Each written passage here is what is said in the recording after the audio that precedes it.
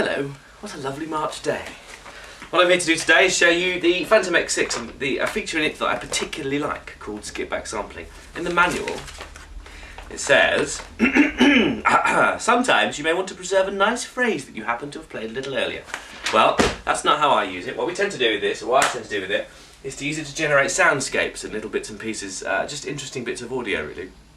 Just because it runs, it can run anything up to 40 seconds in the background, just runs and runs and runs and just quietly records what you're doing. It's like having a little secretary with a notepad behind you, or a dictaphone. You can set it anything up to 40 seconds. I've got it set to 5 seconds because frankly, if I start doing 40-second chunks of samples as a demo, we're all going to die of boredom. So basically, I've got a 5-second thing set up. Anything you play, it just records it. So in this case, just 5 seconds. Oh, I've made it. Hang on.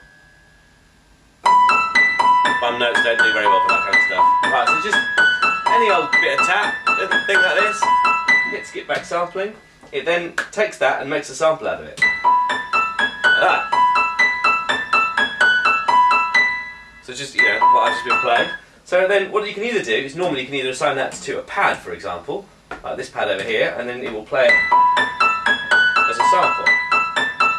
That's now held in the sample memory. Interesting, if you do this repeatedly, what I didn't realise until today was that it stores them as successive takes, so you can always go back, which is pretty cool. I didn't realise that. Anyway, so that's currently up there, but we don't really want to do that. What we want to do is I want to make it into a sample. So, it's here in my sample parameter list. What I want to do with that is reverse it. See, already it's starting to sound a little bit more interesting. Then I want to assign that to the keyboard, for example. That's then down here. So we're kind of starting to get already something quite interesting. So if I, for example, play this down here,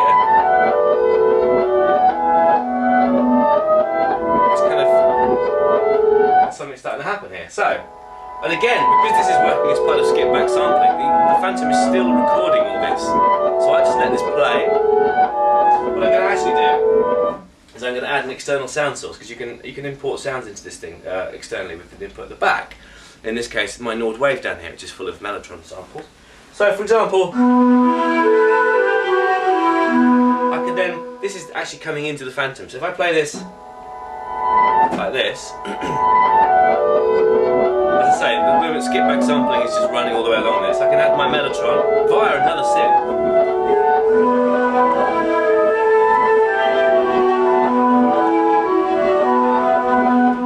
Skip back sampling, and again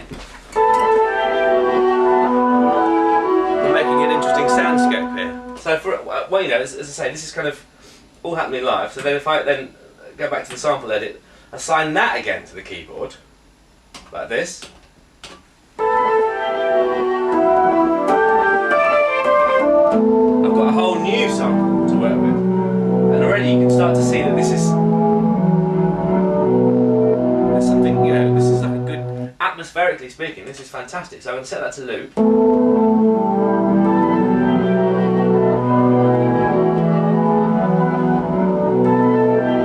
What's that?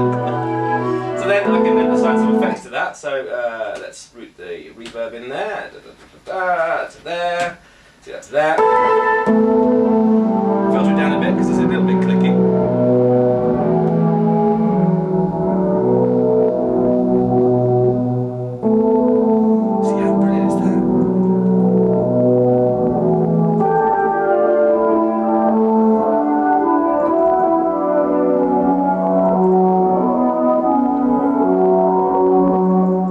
Literally just from playing a bit of that, adding a bit of that, doing a bit of looping, resampling, pitching it, a bit of effects. Bob's your uncle.